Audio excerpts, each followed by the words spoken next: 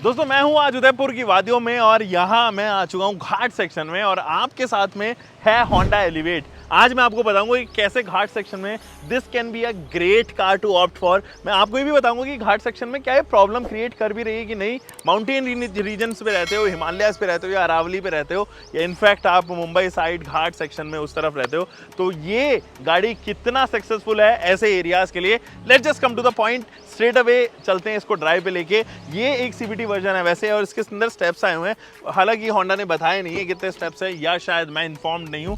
अंदर चलते हैं।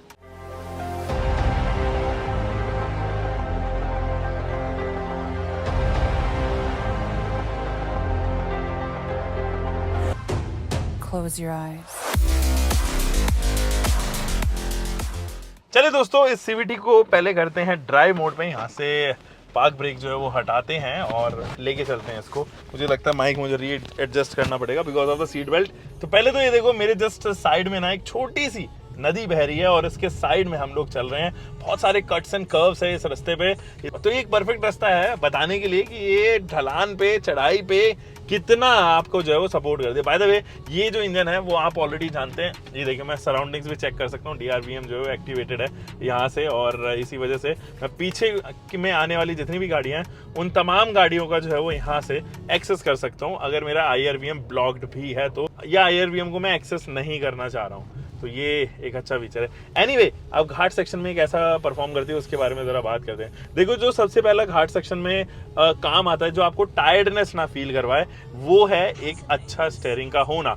अब अगर आपके पास में एक ऐसा स्टीयरिंग है जो थोड़ा हार्ड है या वो हायर स्पीड्स पर जो है वो हार्ड होता है तो भी एक इशू है, यानी कि एक्स्ट्रा सॉफ्ट होना भी एक इशू है एंड एक्स्ट्रा हार्ड होना भी एक इशू है। रीजन मीन, जब आप एक्स्ट्रा सॉफ्ट स्टीयरिंग को चलाते हैं ना तो वो ओवर स्टीयर होने के काफी चांसेस बढ़ जाते हैं। एंड घाट सेक्शन में या माउंटेन्स में ओवर स्टीयर इज समथिंग जो आपको प्रॉब्लम में यहाँ पे डाल सकता है। तो इसलिए मैं इसका स्टीयरिंग आपको बता देता हूँ कैसा है।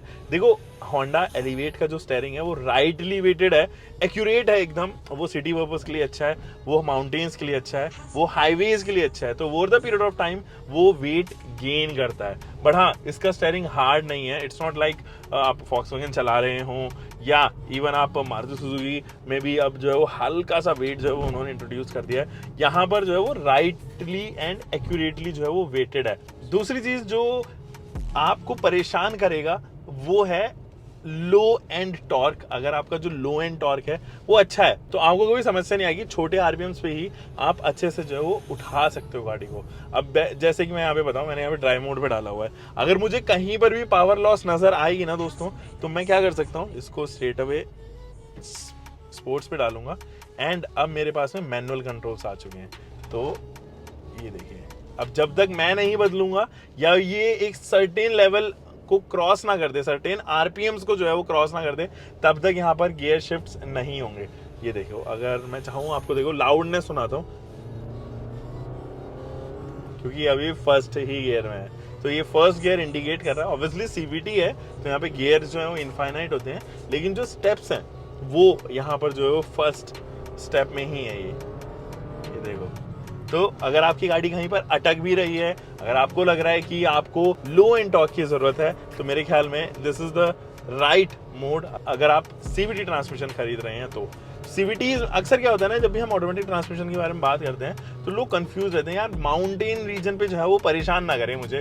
ऐसा ना हो कि यार मैं ले लूं और मजा ना आए गाड़ी को चलाने में, जहां पर काफी सारे अप्स एंड डाउन्स हैं और जहां पर जो है वो ट्रांसमिशन की वजह से मेरी गाड़ी प्रॉब्लम ना करे। अब देखो, इसका ट्रांसमिशन में कोई समस्या नहीं है। CVT इज गुड एंड अच्छा खासा जो है वो आपके पास में लो एंड टॉर्क भी मिलता है जब आप स्पोर्ट्स मोड पे यहाँ पर डाल देते हैं। अच्छा, कमाल की बात ये है कि जब आप इस CVT को चलाओगे ना, और यही CVT आप अगर किसी और गाड़ी में चलाओ, जैसे कि होंडा सिटी में चलाओगे ऑब्वियसली, तो उन दोनों में अभी रबर बैंड का इफेक्ट पड़ा है। इस वाली गाड़ी में मुझे कम रबर बैंड इफेक्ट जो है वो महसूस हो रहा है कंपैरेटिव होंडा सिटी CVT। ये मुझे शायद इसलिए भी नजर आ सकता है क्योंकि मैं अभी घाट में चला रहा हूँ और जो होंडा सिटी है वो मैंने केवल सिटी हाईवे में ही चलाई है, तो उस वजह से भी ये कंफ्यूजन बरकरार हो सकती है। अब जरा इस इंजन के बारे में बात कर लेते हैं। ऐसा तो नहीं है कि इंजन अप शिफ्ट करने में प्रॉब्लम कर रहा हो या डाउन शिफ्ट की जो है वो बहुत जल्दी जरूरत पड़ रही हो मुझे, या क्विकली मुझे जो है डाउन शिफ्ट्स करने पड़ रहे हैं। पहली बात तो ये है कि डाउन शिफ्ट्स की जरूरत पड़ेगी नहीं, reason mean it is CVT transmission. दूसरी बात ये, अगर आप स्पोर्ट्स मोड पे हैं और तब आपको लग रहा है कि यार मेरे को गियर जो है वो जल्दी जल्दी चेंज करने पड़ेंगे, तो वो भी इशू नहीं है, क्योंकि इसका लो एंड टॉर्क ठीक आ रहा है। ये इंजन काफ़ी सही है। मैंने इसको मैनुअल में भी घाट सेक्शन में चलाया है। इनफैक्ट जो आगे जा रही है गाड़ी जिससे हम ट्रैकिंग शॉट्स ले रहे हैं, वो गाड़ी मैनुअल है, और मैंने वो गाड़ी को काफ़ी देर तक चलाया जब कोई और इस गाड़ी को ड्राइव कर रहे थे, हम उससे ट्रैकिंग शॉट्स ले रहे थे। तो आप अगर मैनुअल खरीद रहे हैं या आप CVT खरीद रहे हैं, तो मुझे लगता है एक परफेक्ट कॉम्बिनेशन है उन लोगों के लिए जो अलग अलग टेरेन्स पे काम करते हैं, कभी घाट्स, कभी माउंटेन्स, कभी प्लेन्स, कभी उनको ऊबड़ खाबड़ रास्तों पे जाना है। इसका जो इंजन है परफेक्ट है। स्पेशली हाईवेज के लिए मैं इसको काफ़ी रिकमेंड करूंगा, उन लोगों के लिए भी जो टर्बो इंजन की तरफ नहीं जाना चाहते और क्रॉस कंपटीशन में, क्योंकि वो एक्सपेंसिव पड़ जाती हैं, they can actually opt for this car. क्यों? क्योंकि जो इसका iVTEC इंजन है ना, जैसे ही ये 3-3.5 RPM को क्रॉस करेगी, तब तो ये रॉकेट हो जाती है, तब पीछे मुड़ के नहीं देखती है। 0 to 100 अचीव करने में आपको तकरीबन 13 सेकंड लगते हैं, which is good for an naturally aspirated engine, which is good for manual transmission. तो मेरे ख्याल में तो काफ़ी अच्छी है ये उस लिहाज से अगर देखा जाए तो ये एक रिव्यू ऐसा भी होगा जो ना केवल घाट सेक्शंस वाले देख सकते हैं, ना केवल माउंटेन्स वाले देख सकते हैं, ये उन लोगों के लिए भी एक्यूरेट रिव्यू है जो एक्चुअली इसको सिटी ड्राइव के लिए ले रहे हैं, क्योंकि सिटी में एंड घाट्स में दोनों में ही जो स्पीड होती है ना, वो कम रहती है हमेशा। वो स्पीड ऐसी रहती है 30-40 या मैक्स 50 आप यहाँ पर जो है वो देखते हैं, और इतनी स्पीड में ये इंजन काफ़ी है। और लो एंड टॉर्क ठीक है इसका, मतलब अप्रिशिएबल ऑब्वियसली नहीं है, मतलब इतना ज़्यादा अप्रिशिएट नहीं किया जा सकता, क्योंकि जो इसका हाई रेंज है वो ज़्यादा कमाल किया। अब जैसे ही 3500 या 4000 RPM को क्रॉस करेंगे, जैसे मैं बता रहा था, रॉकेट हो जाती है, पता नहीं चलता, एकदम गोली हो जाती है ये गाड़ी।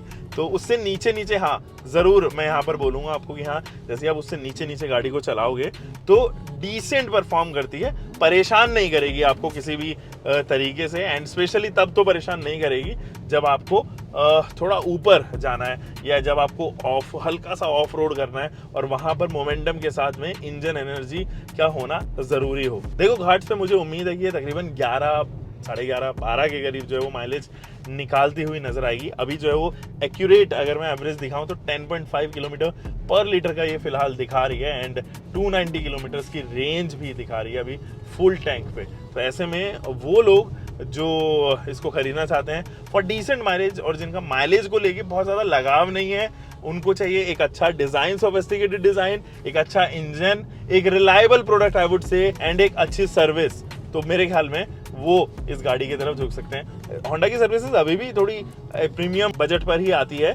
तो पहले तो हालांकि ये होता था कि साल में 2 बार उनकी सर्विसेज हुआ करती थी, लेकिन अभी ऐसा नहीं है। अब आप चाहे तो एक बार भी उनकी सर्विस करवा सकते हैं, साल में एक बार जो है वो अब सर्विस इंटरवल होंडा ने यहाँ पे कर दिया। पहले जैसे कि मैंने आपको बताया 2 साल था, तो पहले थोड़ा लगता था कि यार हाँ यार 2 साल तो काफ़ी लंबा इंटरवल है, लेकिन अब क्योंकि इंटरवल थोड़ा शॉर्ट किया है, उन्होंने भी कस्टमर्स की सुनी है यहाँ पे। और जैसे मैं आपको बता रहा था कि इंटरवल कम होने की वजह से जो ओनरशिप कॉस्ट है उसके ऊपर काफ़ी फर्क पड़ेगा। अभी आप जल्दी ही हम एक नया रिव्यू भी इसके ऊपर लेके आएंगे, जो एक ओनरशिप रिव्यू होगा, लॉन्ग ड्राइव रिव्यू होगा।